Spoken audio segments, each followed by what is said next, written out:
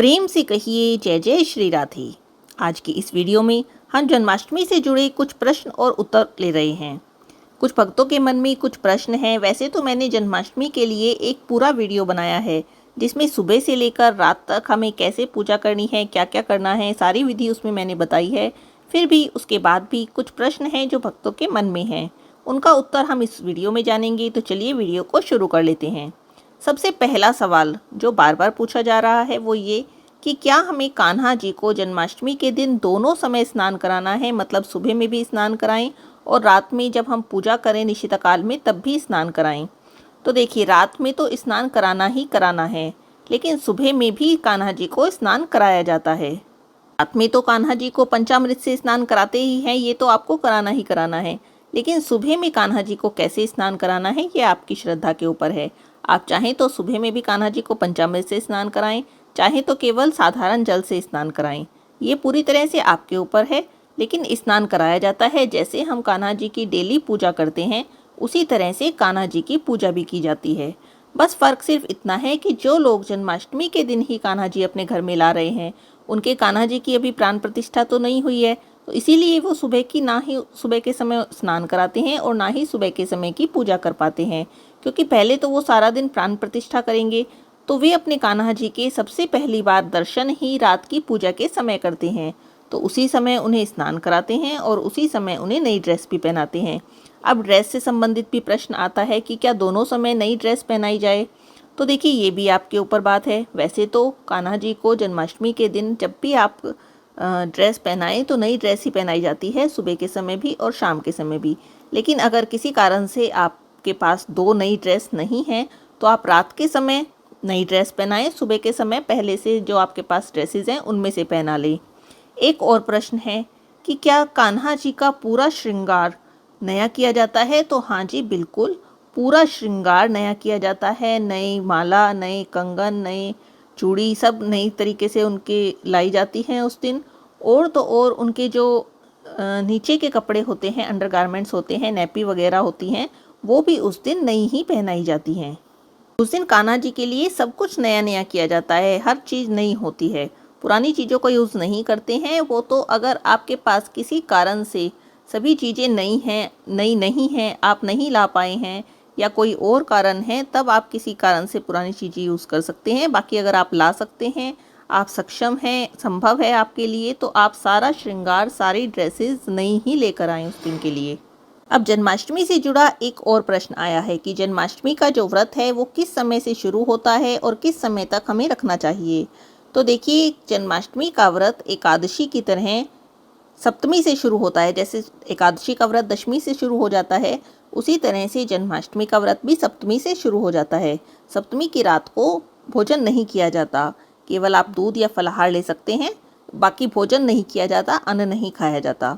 उसके बाद अष्टमी में पूरा दिन व्रत किया जाता है, सुबह से लेकर और मतलब पूरा दिन, और अगले दिन यानी नवमी में व्रत का पारण किया जाता है, मतलब व्रत खोला जाता है। अब आप अष्टमी में व्रत कैसे कर रहे हैं ये आपके ऊपर बात है, क्योंकि वैसे तो जो जन्माष्टमी का व्रत होता है वो निराहार रखा जाता है, उसमें अन्न तो बिल्कुल नहीं खाते, खाना भी नहीं खाते हैं। लेकिन आजकल जैसे कि सबका शरीर साथ नहीं देता है और निराहार व्रत नहीं रख पाते हैं लोग, तो फलाहारी व्रत रख लेते हैं, उसमें फल आदि ले लेते हैं, फल, दूध, जूस ऐसी चीज़ें ले लेते हैं। लेकिन कुछ लोग आज भी निराहारी व्रत रखते हैं, कुछ लोग तो निर्जल व्रत भी रखते हैं। तो कैसा व्रत रखना है ये बिल्कुल पूरी तरह से आपकी श्रद्धा के ऊपर, आपके शरीर की सामर्थ्य के ऊपर डिपेंड करता है। जैसा आपको व्रत रखना है उसी का आप संकल्प करें। अगला प्रश्न है कि क्या जन्माष्टमी के दिन व्रत जरूर करना चाहिए, अगर व्रत ना करें केवल पूजा कर लें। तो देखिए, वैसे तो ये आपकी श्रद्धा के ऊपर बात है। अगर आपका शरीर साथ नहीं देगा तो आप केवल पूजा भी कर सकते हैं, लेकिन जन्माष्टमी का व्रत सबसे बड़ा माना जाता है, इसी व्रत राज कहा जाता है, यानी सब व्रतों का राजा। इस दिन का व्रत करने से सभी एकादशियों का फल मिलता है। 1 करोड़ आप व्रत रखते हैं तब जाकर उनका फल एक जन्माष्टमी का व्रत अगर आप विधि पूर्वक पूरे प्रेम भाव से रख लेते हैं तो 1 करोड़ व्रत रखने जितना पुण्य आपको एक जन्माष्टमी का व्रत रखने से मिलता है। जन्माष्टमी के दिन कान्हा जी को अभिषेक करने का, उन्हें स्नान कराने का, उन्हें झूला झुलाने का इतना पुण्य है कि आप सोच भी नहीं सकते। ऐसा माना जाता है कि जन्माष्टमी के दिन जो कान्हा जी को केवल झूला झुला देता है, पालने में जब कान्हा जी बिठाते हैं तो उसके बाद केवल उन्हें झूला झुला देता है, तो उसके सारे कष्ट भगवान हर लेते हैं और उसके जीवन को खुशियों से भर देते हैं। जैसा आनंद झूले पर बैठकर कान्हा जी को आता है, वैसा ही आनंद आपके जीवन में वो भर देते हैं। अब बात झूले की आई है तो मुझे झूले से जुड़ा भी एक प्रश्न याद आ गया कि हमें कान्हा जी को झूले पर सुबह के समय बैठाना है या शाम के समय बैठाना है। तो देखिए, इसका उत्तर भी वही है। जिनके यहाँ पहले से कान्हा जी हैं वो सुबह की पूजा के बाद कान्हा जी को झूले पर बैठा सकते हैं, लेकिन जो कान्हा जी की प्राण प्रतिष्ठा कर रहे हैं जन्माष्टमी के दिन, वो रात की पूजा के बाद ही बैठाएंगे। अब ये यहाँ पर एक प्रश्न और आता है कि झूले पर कब तक बिठाना है, कितने दिनों तक बिठाना है। तो देखिए, कान्हा जी को जन्माष्टमी से लेकर छठी के दिन तक झूले पर बिठाया जाता है। अब सब लोग छठी नहीं मनाते हैं तो भी कान्हा जी को 6 दिन तक झूले पर बिठाया जाता है, लेकिन इसका मतलब ये नहीं है कि उन्हें परमानेंटली ही झूले पर बिठाया जाता है। आप झूले से उन्हें उठा भी सकते हैं और सिंहासन पर बिठा सकते हैं, रात को बेड पर सुला सकते हैं। ऐसा नहीं है कि परमानेंट झूले पर ही बैठाना है, लेकिन हाँ, हर दिन उन्हें झूला जरूर झुलाएं। एक प्रश्न आया है कि क्या कान्हा जी को हमें रात में सुलाना चाहिए। तो देखिए, हाँ जी, रात में पूजा के बाद जब आप 12 बजे की पूजा कर लेते हैं, पूरी तरह से भगवान को भोग लगा देते हैं, आरती कर देते हैं, सब काम कर लेते हैं पूजा का, तो उसके बाद कान्हा जी को सुलाया जाता है। जैसे आप रोज़ सुलाते हैं लोरी गाकर कान्हा जी को बेड पर लेटाकर, इसी तरह से सुलाएं। उससे पहले भी, अब देखिए, रात को 12 बजे हमें पूजा करनी है। अब कान्हा जी को रात को 12 बजे तक आप बैठा कर रखेंगे तो मन में देखिए भाव होता है कि कान्हा जी छोटे से बच्चे हैं, कान्हा जी बैठे रहेंगे, थक जाएंगे। तो क्या करते हैं कि जब संध्या पूजा करते हैं, जब शाम की पूजा करते हैं, उसके बाद भी कान्हा जी को विश्राम करा दिया जाता है। विश्राम कराने के लिए कान्हा जी को बेड पर लिटाने की ज़रूरत नहीं है, बस उनसे कह दिया जाता है कि कान्हा जी अब आप थोड़ी देर विश्राम कर लीजिए, फिर हम जब पूजा करेंगे तब आपको हम उठा लेंगे, तब हम आपको जगा लेंगे। लेकिन यहाँ पर एक प्रश्न और भी आया है, उसमें कहा गया है कि हम कान्हा जी को अपने साथ मंदिर घुमाने ले जाना चाहते हैं, तो ऐसे में अगर हम उन्हें विश्राम करा देंगे शाम की पूजा के बाद, तो हम उन्हें मंदिर में कैसे घुमाने ले जाएंगे। देखिए, इसके लिए मैं कहना चाहूँगी, पहली बात तो इस दिन मंदिरों में बहुत भीड़ होती है।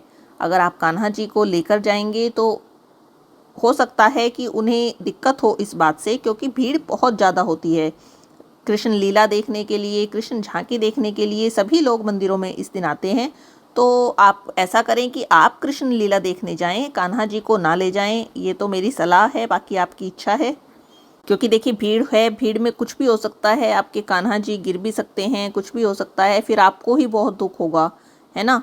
तो इसलिए अगर आप मेरी सलाह माने तो कान्हा जी को इतनी भीड़ में ना लेकर जाएं। अगर आपको मंदिर लेकर ही जाना है उन्हें, तो आप किसी और समय ले जाएं, जैसे दिन के समय ले जाएं। उस समय झांकी दिखाने के लिए, आप कान्हा जी की झांकी दिखाने के लिए ही कान्हा जी को ले जा रहे हैं, कान्हा जी तो खुद ही झांकी में मौजूद हैं। फिर भी अगर आप ले जाना चाहते हैं तो आप कान्हा जी को विश्राम ना कराएं, आप पूजा के बाद उन्हें कान्हा जी को जब आप जाएं मंदिर देखने के लिए तब ले जाएं। वैसे मैं इसकी सलाह बिल्कुल नहीं दूंगी। चलिए, अब अगले प्रश्न पर बढ़ते हैं। अगला प्रश्न है कि जब हम रात में पूजा करते हैं, क्या हम उसके बाद व्रत खोल सकते हैं।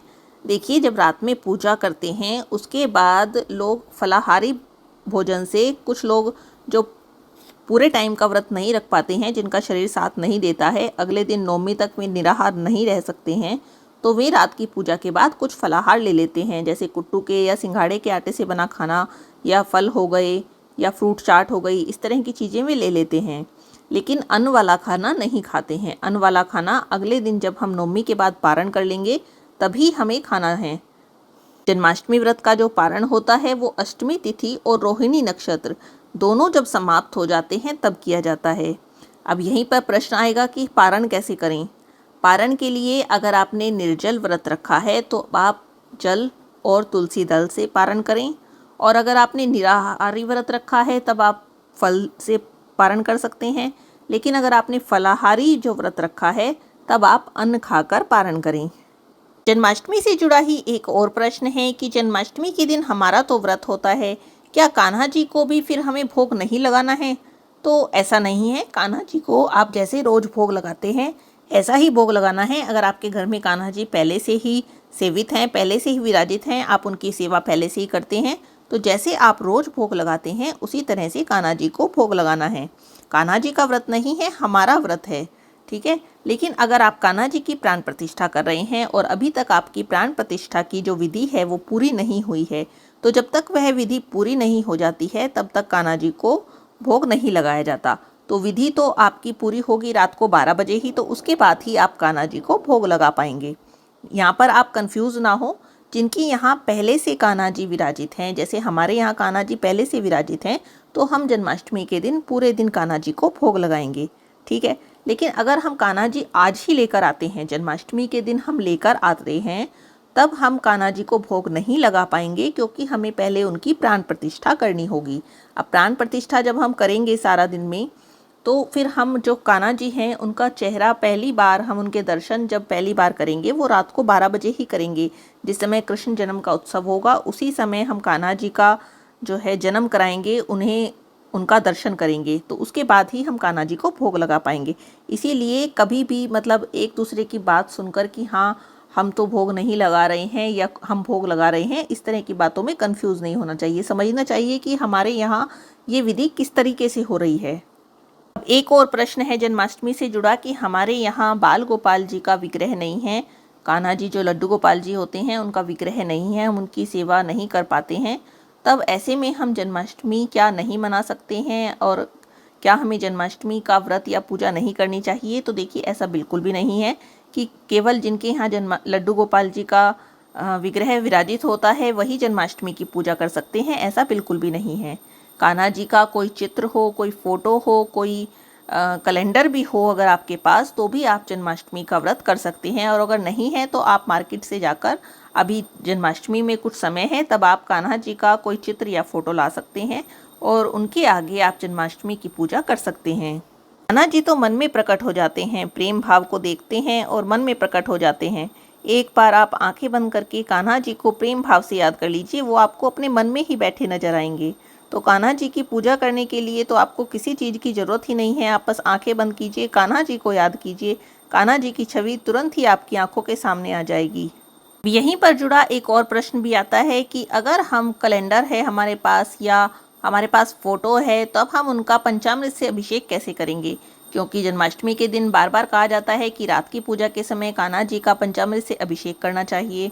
तो देखिए इसका भी एक तरीका है। अगर आपके पास केवल कैलेंडर है या ऐसी फ़ोटो है जो जैसे शीशे में फ्रेम में होती है, तो भी आप कान्हा जी का अभिषेक कर सकते हैं। कैसे करेंगे वो मैं आपको बता रही हूँ। आपको पंचामृत बनाना है। जैसे पंचामृत की 5 चीज़ें होती हैं, उनको मिलाकर आप बढ़िया से पंचामृत बनाइए। उसके बाद मानसिक रूप से आप कृष्णा जी का पंचामृत से अभिषेक कीजिए। आप मानसिक रूप से तो कान्हा जी को इमेजिन कर सकते हैं ना। आपके पास लड्डू गोपाल जी का श्री विग्रह नहीं है, लेकिन आप लड्डू गोपाल जी के श्री विग्रह को या छोटे से कान्हा जी को आप मानसिक रूप से इमेजिन कर सकते हैं कि हमारे सामने कान्हा जी विराजमान हैं। कान्हा जी एक बालक के रूप में हैं, हमें उन्हें स्नान कराना है, उनका अभिषेक करना है। तब आप इमेजिन करके मानसिक सेवा के रूप में कान्हा जी का अभिषेक कर सकते हैं। इसे भी आपका जो अभिषेक सेवा है वो माना जाएगा। मानसिक सेवा का बहुत ही महत्व होता है। जैसे हम वास्तविक सेवा करते हैं उसी तरह से मानसिक सेवा का भी बहुत महत्व माना जाता है। तो इस तरह से आप चित्र हो या कैलेंडर हो, उनका भी पंचामृत अभिषेक सेवा कर सकते हैं। जन्माष्टमी से जुड़ा एक और सवाल है। देखिए किसी किसी घर में केवल लड्डू गोपाल जी की सेवा होती है, किसी किसी घर में लड्डू गोपाल जी के साथ साथ श्री कृष्णा जी और राधा युगल जोड़ी की भी जो है सेवा होती है। तब उनका प्रश्न आता है कि क्या जन्माष्टमी के दिन हमें कान्हा जी यानी जो लड्डू गोपाल जी हैं उनका और जो युगल जोड़ी सरकार हैं उनका दोनों का अभिषेक करना चाहिए, दोनों की पूजा करनी चाहिए? तो देखिए वैसे तो जो जन्माष्टमी उत्सव है वो केवल लड्डू गोपाल जी के लिए होता है। लड्डू गोपाल जी बालक रूप में हैं और इस दिन बालक का जन्म हुआ है, जन्मोत्सव मना रहे हैं हम, तो ये केवल लड्डू गोपाल जी के लिए होता है। लेकिन अगर आपके घर में युगल सरकार की सेवा है तो आपके ऊपर आपके मन का भाव है कि आप उनकी सेवा भी इसी तरह से करना चाहते हैं या उनकी आप जैसे डेली सेवा करते हैं केवल उसी तरह से करना चाहते हैं। लेकिन हाँ देखिए, आप जब सुबह की सेवा करेंगे उनकी आप जैसे डेली पूजा करते हैं वो तो आपको उस दिन करनी ही करनी है। बाकी भोग आप जो आप घर में खाना बनाएंगे भोग भी आप उसका लगाएंगे, है ना। और उनके लिए जो नई ड्रेस वगैरह हैं वो आप अपने भाव के अनुसार ला सकते हैं कि आपको उस दिन उनके लिए भी नई ड्रेस लानी है, नया श्रृंगार लाना है या नहीं लाना है, या केवल लड्डू गोपाल जी के लिए लाना है। ये पूरी तरह से आपके भाव के ऊपर है। वैसे तो जो जन्माष्टमी का त्यौहार होता है वो केवल लड्डू गोपाल जी के मतलब बाल स्वरूप के लिए होता है, वो कृष्णा जी के वो युगल सरकार के लिए नहीं होता है। तो ये थे कुछ प्रश्न जो जन्माष्टमी से जुड़े अभी तक मेरे पास आए थे। अगर आगे भी कुछ प्रश्न आएंगे तो मैं उनका जवाब भी देने की पूरी कोशिश करूंगी। मुझे लगता है कि जिसने ये प्रश्न किए थे उन सबको अपना जवाब जो है मिल गया होगा, सभी संतुष्ट होंगे। लेकिन अगर किसी के मन में फिर से कोई सवाल है तो वो मुझे कमेंट बॉक्स में पूछ सकता है। मैं दोबारा से कोई वीडियो बनाकर या कमेंट में ही उनका जवाब देने की पूरी कोशिश करूंगी। आज की इस वीडियो में बस इतना ही। प्रेम से कहते रहिए जय जय श्री राधे।